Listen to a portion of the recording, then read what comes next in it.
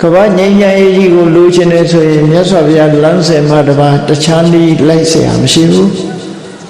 လက်နဲ့ကြီးတွေတကားကကင်ထားပြီးငြိမ်းချမ်းရေးစကားဆိုးနေတာဟာအလွန်ကိုရဲပွဲရကောင်းတယ်ပေါ့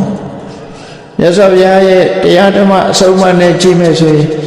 6လုံးမျိုးခါထိုးပြီးငြိမ်းချမ်းရေးစကားပြောနေလို့ဘယ်တော့မှရမှာမဟုတ်ဘူး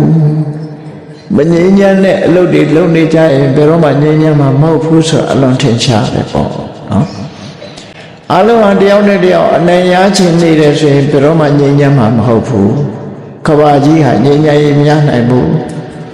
မြတ်စွာဘုရားနိတိတာလင်တကယ်ငြိမ်းချမ်းရေးကိုရဆွမ်းဆောင်နိုင်မှာပဲဖြစ်တယ်ပေါ့အလုံးဟာတယောက်နဲ့တယောက်အနေရချင်းနေတယ်ဆိုရင်ဘယ်တော့မှငြိမ်းချမ်းမှာမဟုတ်ဘူးကဘာကြီးဟာငြိမ်းချမ်းရေးမရနိုင်ဘူးမြတ်စွာဘုရားနိတိတာလင်တကယ်ငြိမ်းချမ်းရေးကိုရဆွမ်းဆောင်နိုင်မှာပဲဖြစ်တယ်ပေါ့